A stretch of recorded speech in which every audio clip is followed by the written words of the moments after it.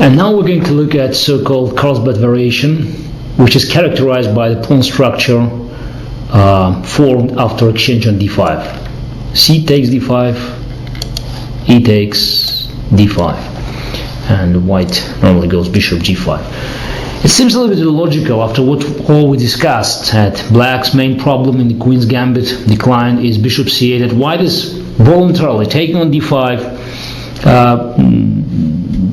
reducing tension in the center and opening this diagonal for bishop, which could go on e6, f5, or even g4. But on the other hand, white has a long-term strategic plan based on the fact that after black plays c6, which is quite inevitable because it has to protect pawn on d5 and also prepare the comfortable development of bishop, which is otherwise could be met by queen goes on b3. If bishop goes too early, let's say now bishop goes on a5, then of course after queen b3, it's all structure could be jeopardized.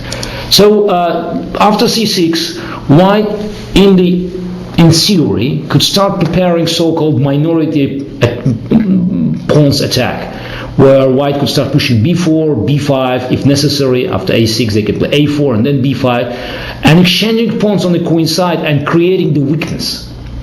That either pawn on c6, or if black exchange on b5, there will be isolated pawn on d5 and potential weaknesses on a7 and b7. It's all good in theory, and of course black could have their own chances of trying to occupy e4 square and potentially creating some chances on the king side. But generally speaking, white's position in the center is more solid, and it gives it an edge. Not necessarily, long-term long-term initiative, but possibilities for varying the plans, using its slight domination in the center. A part of the traditional plan that I've described, which could be shown by the moves bishop e7, say e3, castle, bishop d3, knight bd7, knight f3, c6, queen c2, rook e8, which is one of the key positions, castle, knight f8, and now say rook b1, preparing b4 and advance on the queen side.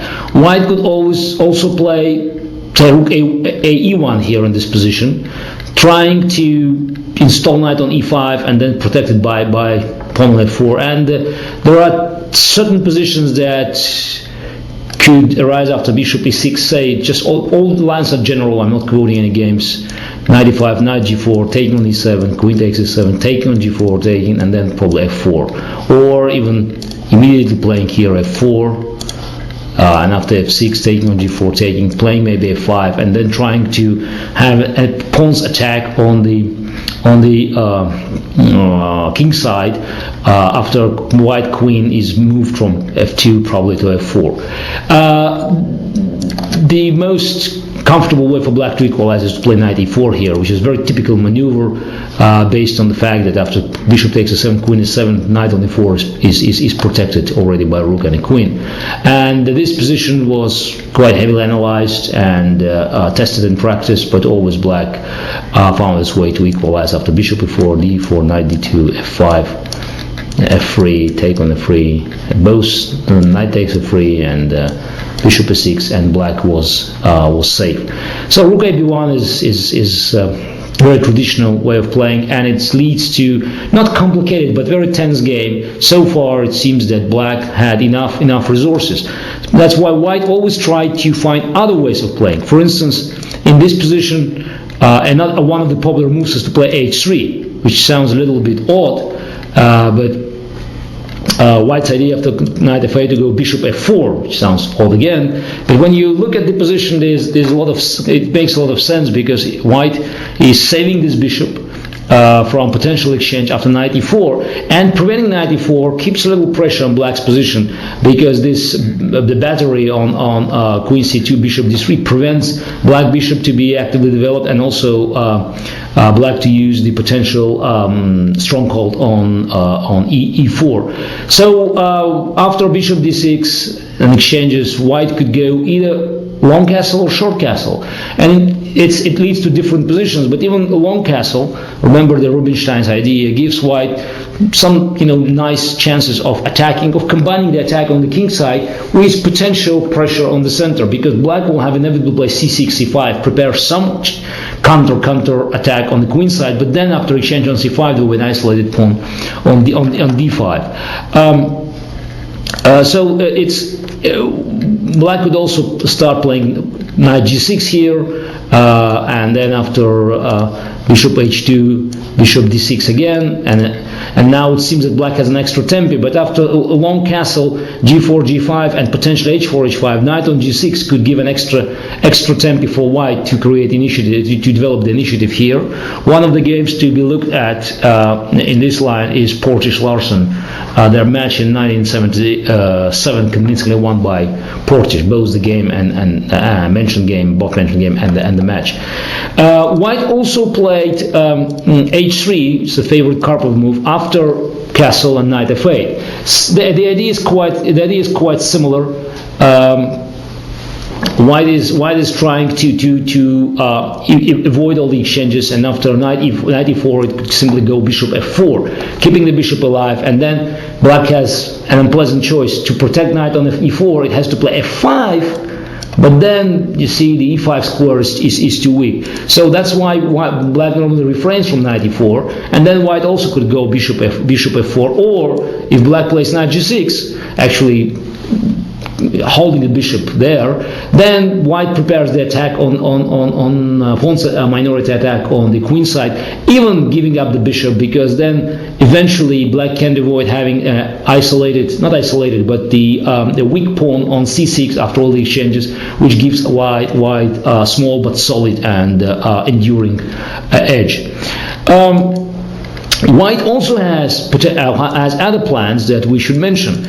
It could also try to place its knight on e2, so developing the pieces, starting with queen c2, for instance, c6, knight ge2, rook e8, and now again both castles, a long castle and short castles, being played and considered interesting ways for white to play for advantage.